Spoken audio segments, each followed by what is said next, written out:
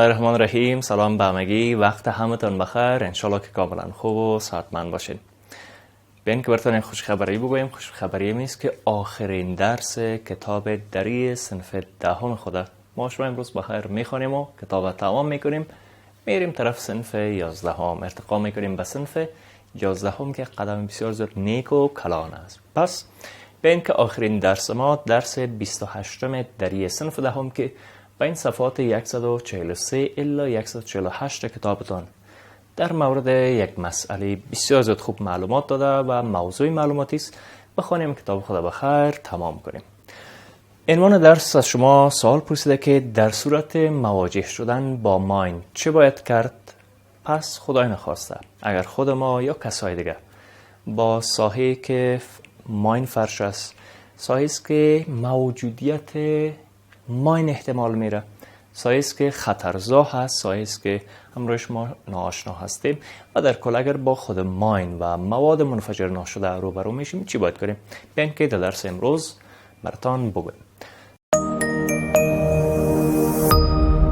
برای حمایت از ما چینل بیگم اکادمی را سابسکرایب کنید و سپس زنگوله را فشار دهید تا به تمام ویدیوهای درسی ما دسترسی داشته باشید و از آنها مستفید شوید.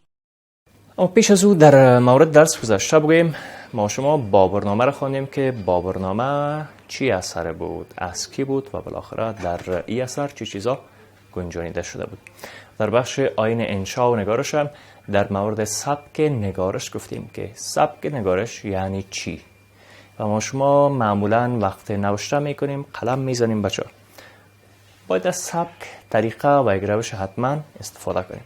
پس به این که در مورد مواجه شدن با ماین بگیم که به چه شکل هست.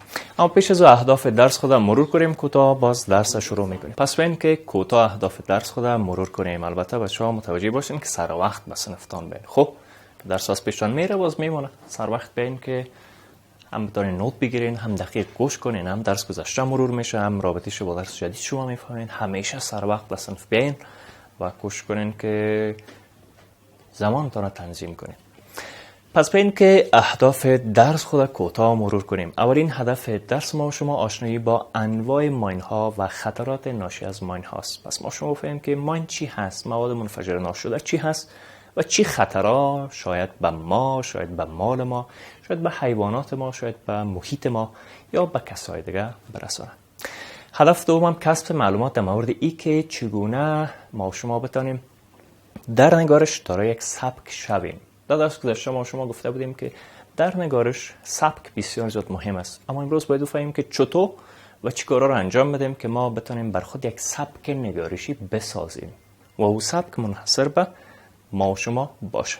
پس به این که بریم در درس امروز ای اهداف ببینیم که به شکل است. اما همون سوال، در صورت مواجه شدن با ماین چه باید کنیم؟ در اثر جنگ‌های طولانی در افغانستان متاسفانه انواع سلاح‌ها و مهمات منفجر ناشده پراکنده شدند. از جمله این مواد ماین‌ها و مهمات منفجر ناشده که در هر جای احتمال موجودیتش میره هست. دیدن و تشخیص دادن ماین‌ها کار آسان نیست، به خاطر که اونها اکثراً در زیر زمین گور شدن، اما مهمات منفجر ناشده بر روی زمین قرار دارن و شناخت اونها یک کم کار ساده هم هست، ساده هم نیست. خدا نشان نده آدم روبرو نشه. بنابراین شاگردای عزیزم باید جدی توجه داشته باشین که به اشیای ناشناخته در هر جای و در هیچ زمان دست نزنید. مثل سیمای ناشناخته را که اگر در جای هست کش نکنین یا قطع نکنین و از انداختن سنگ یا اشیای دیگه به طرف مینا و مهمات منفجر ناشده کاملا خودداری کنین. انداختن سنگ یا اشیاء دیگه به طرف مینا و مهمات منفجر ناشده بسیار زیاد خطرناک است و باعث زخمی یا کشته شدن انسان‌ها و حیوانات هم میشه.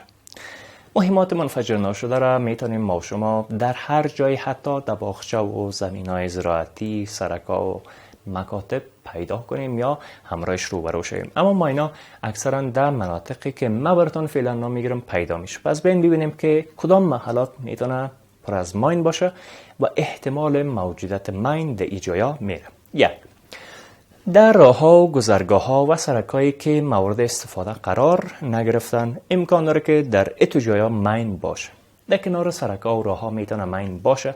در ساعتی که جای دور دادن عراضجات است امکان موجودیت ماین هست. در داخل یا کنار پلچک‌ها و لبه‌های پل‌ها احتمال موجودیت ماین میره. در داخل یا کنار مخروبه ها جایی که خرابه هست امکان موجودیت ماین هست. در دروازه و کنج اتاقای منازلی که خالی باشن. وقتی شما میرین در یک منطقه قریتان میرین یک جای مخروبه است، یک قریه است، یک جایی که فکر میکنین باستانی است، در حالی که نه، در وقت جنگ اونجا خراب شده. میتونه که در دروازه و کنج اتاقای او خانه ماین باشه. در داخل و اطراف چاها و دیگه منابع آب میتونه که ماین باشه. مثلا چشمه باشه، مثلا گودال باشه، مثلا چا باشه، در اوج شاید ماین باشه. در اطراف پوست‌های امنیتی و وسایط تخریب شده احتمال موجودیت ماین میره. در فرو رفتگی زمین که به شکل مخفیگاه از روی استفاده شده باشه. بعض وقتا زمین گودال میکندن، سموچ میکندن، مثل چاه میکندن، حفر میکردن، مثل جوی میکندن و این فرو رفتگی را شما وقتی میبینین، این چقوریا را میبینین، باید احتمال بدین که شاید در وقت جنگ اینجا کدام مخفیگاه بوده و شاید هم ماین در اینجا موجود باشه. ممکن است بنا به دلایل مختلف در ساحهای خطرناک هم یا ماینزار ما شما قرار بگیریم و یک بار متوجه شیم که از راه مسئول و پاک منحرف شدیم، خدا نخواسته رفتیم به طرف خطر، که در این حالت ها نباید ورخطا شویم و به عقب و اطراف خود اصلا ندوین. اگر شما متوجه میشین که مسیر راست غلط کردین، از راه اصلی بیرون شدین، ورخطا نشین، سراسیمه نشین و برطرف ندوین. احتمال داره که شاید در اونجا ماین باشه. بلکه مشوره را که من فعلا براتون میتونم، این مشوره را به گوشتان بگیرین و در اوت حالت این کارا را حتما انجام بدین. پس اولین کار که میکنین، اگر شما از راه راستتان، از راه درست و سمه که میخواین برین متوجه میشین که منحرف شدین، اولین کاری که میکنین به شکل آنی و عاجل در اونجا استارت شوین. دیگه شور نخورین، این طرف و طرف پس و پیش نرین، ندوین، ورخطایی هیچ وقت نکنین. و در صورتی که کسای دیگه همراه شما باشن، به اونا هم بگین که حرکت نکنن، به خاطر که ساحه خطرناک است. و از کسی که در ساحه مسون قرار داره کمک بخواین و در جستجوی کمک باشین و به ماین پاکا یا مقامات محلی مثل پلیس و ریسفیدا و بزرگا و ترافیک و وکیل گذر و فامیلتان حتما اطلاع هم بدین. یا کسایی که از شما دورتر هستن، مسونتر هستن و ساحه پاک قرار دارن، برن به یادما اطلاع بدن که یک کس در این ساحه خطر قرار گرفته. الا رسیدن کمک منتظر باشین و از جایتان هیچ وقت شور نخوره. نشه که بدوین، گریان کنین، چیخ و پراس کنین. نه، در جایتان میمونین، حوصله میکنین، کاملا حوصله مندیتان رعایت میکنین که یک کس به کمکتان بیاید. در صورتی که در ساحه ماینزار ناآگاهانه قرار میگیریم، هرگز به عقب یا اطراف خود حرکت گفتم که نکنیم و در جایتان کاملا متوقف باشین و از گرا بخواین که مسئولین خبر بدن. پس در صورتی که شما با قربانی ماین روبرو میشین، چی کارا را باید انجام بدین؟ به این که در این مورد هم براتون بگویم. خدا نخواسته شما از یک مسیر میرین، میبینین یک کس ماین زده، قربانی ماین شده، چی کار کنیم؟ چی کمک از دست ما میایه و چی کارا را حتما باید انجام بدیم؟ پس اولین کار که میکنین، کوشش نکنین به قربانی نزدیک شوین. شاید ساحه ماین داشته باشه، بازم انفجار کنه و خدا نخواسته ما را زخمی بسازه یا از بین ببره. پس در این حالت هم چند کار که من میگم حتما این کارا را انجام بدین. هیچ وقت، اولین کار، هیچ وقت به داخل ساحه خطرناک داخل نشین، به خاطر که خودتان هم صدمه میبینین و شما هم شاید باعث انفجارهای دیگه شوین و یا هم زخمی شوین که خدا نخواسته براتان مضر هست، ضرر داره و یا هم کسی دیگه که در او ساحه هست زخمی، زخمش بیشتر شده، صدمه بیشتر به او برسه. بیاتان باشه که در ساحه‌ای که ماین وجود داشته باشه امکان موجودیت ماین‌های دیگه هم هست، شاید کاملا ماین فرش شده باشه. زخمی رو کوشش کنین که آرام شوه، او را همراه حرفایتان آرامش رو سکون بدین. دلداری برش بتین که خداوند بزرگ است، جور میشی و شفاخانه میبریمت، حال کمک میایه، بزرگا میایه، او را آرام بسازین که او دست پایک نزنه، خدای نخواسته در گرد اطرافش ماهینه‌های دیگه نباشه که انفجار نکنه، بیخی از بین نبریش. و شما خواهان کمک مسلکی شوین به ماین پاک، پلیس، افراد نظامی، کلینیک یا شفاخانه اطلاع بتین و اگر تلفن همراه رایتان است امروز موبایل کوش کنین به قارب کسی که شما میخواین به او کمک کنین، حتما برشان زنگ بزنین. وقتی که کمک مسلکی هم رسید هرگز داخل سایه نشین که شما برین داخل ساحه شوین و شما هم شروع کنین به ماین پاک کردن، خدای نخواسته که انفجار کنه یا هم به کمک. و با قربانی حادثه حتما صحبت کنین و برش بگین که از جای خود حرکت نکنه و هرگز چیز را به طرفش نندازین.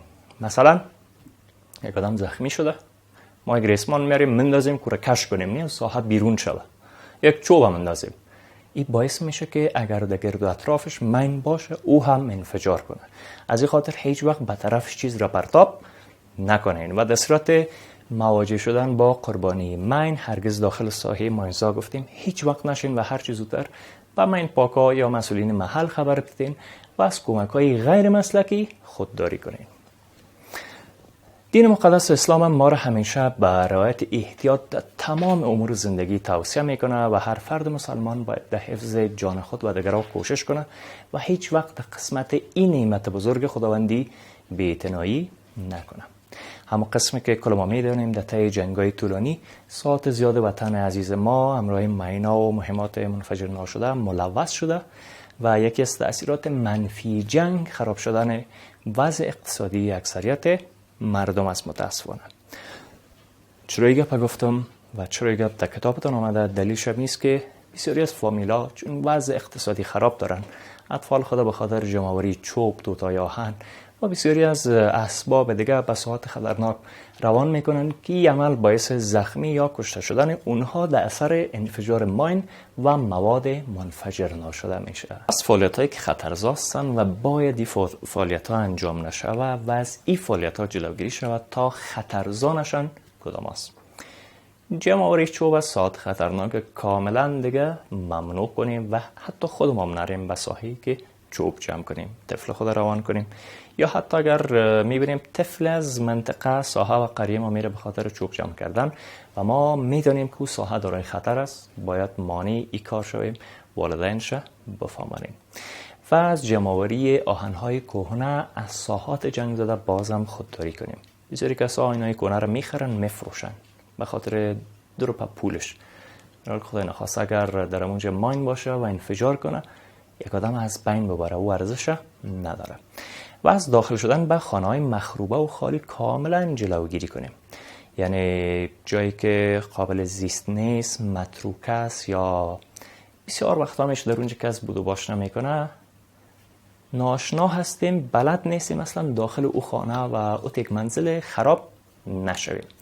و از عبور کردن از علائم خطر مثل سنگ‌های رنگ شده سرخابی کار چیست؟ ممنوع. جایی که سفید است درسته، سفید یعنی پاک. جایی که کاملا سرخ است به این معنی که 100% در اینجا ماین است و رنگ کابیس یعنی احتمال موجودیت ماین در اینجا میره. پس جایی که رنگ سرخ باشه و رنگ آبی باشه بروی سنگا اصلا داخل نشویم که یکی از درس‌ها ما شما خوانده بودیم. و گشت رو گذارم در ساحای مشکوک یا جنگ زده کاملا باید صورت نگیره. اگر ما مشکوک هستیم که در اینجا یک وقت جنگ شده بوده، جنگ بوده، در سالهای بسیار زیاد قبل، اصلا در اون ساحه داخل نشویم. و از بازی کردن در ساحای خطرناک هم جلوگیری کنیم. توپ بگیریم بریم امروز اندیوالای خود فوتبال، یک جایی که اصلا نمیفهمیم این زمینش پاک است، ماین داره، مواد منفجره در اینجا شاید باشه، یک وقت شاید اینجا منطقه جنگی بوده. از بازی کردن در ساحای خطرناک حتما خودداری کنیم. و از استفاده از راه‌ها و سرکایی که رفت آمد در اونجا اصلا صورت نمیگیره بازم باید خودداری کنیم. جایی است که سالها از اونجا موتر نرفته، آدم نرفته، حیوانات نرفته، پس در اتوجات، در اتوسرکا و راه‌ها هم باید داخل نشیم. به این ترتیب به خاطر حفظ جان و صحت خود باید به نکاتی که من براتون گفتم و در کتاب آمده عمل کنیم. تا من حیث یک مسلمان سالم و نیرومند به جامعه خود خدمت کنیم. انشالله که گوشتان باشه. اما بیاین در بخش آیین انشاء و نگارش در موردی که چگونه دارای سبک شویم براتان کوتاه چند نکته مهمه بگویم. برای که ما شما دارای سبک شویم اول باید تقلید نکنیم. یکی از درس‌های گذشته ما بود که تقلید باید نشه و نوشته ما جوابگوی احتیاجات زندگی که در حال تغییر است و هر لحظه متحول هست و این زندگی متغیر و متحول افراد است. بالای اونا باید تاثیرگذار باشه و جوابگوی نیازهای این زندگی متحول و متغیر اونا باشه. افکار عمومی را ارتقا بده. وقتی که ما شما یک سبک میزنیم میخوایم مردم آگاه شوه، معلومات بیشتر پیدا کنه، فکرشان تغییر کنه و دید اجتماعی مردم ما شما بالا ببریم و افراد جامعه را با حوادث تازه زمان آشنا بسازیم.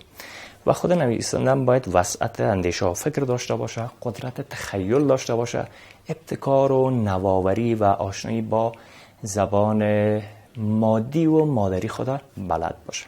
به چیزی که قلم میزنه با او باید آشنا باشه، دستور زبانش بفهمه، قواعد نگارشیش بفهمه و تمامی خصوصیات نگارش در او زبان باید بفهمه و همراهش آشنا باشه. از طرف دیگه باید واقع بین و حقیقتگرا باشه و تنوع و تناسب هم در بیانش در بیان موضوعات و انتخاب کلمه ها و عبارات داشته باشه و همراهشون بلد باشه از این تنوع و تناسب در بیان خود استفاده کنه. پس ما شما با این چند کار بسیار زیاد مهم که نکات واقعا مهم و ارزنده هست در نگارش میتونیم یک سبک بسازیم و این سبک شهره بسازیم که دیگرها استفاده کنن و پیرو ما شوه. انشالله که به اون شکل باشه، یک نویسنده خوب عالی شوید. درس ما تمام شد، بیخی کتاب تمام شد. درس امروز خوبانین کاملا کتاب صنف 10 ما تمام شد. انشالله که در صنف 11 یکی دیگه خدا ببینیم. پس باید کوتاه جمع‌بندی کنیم.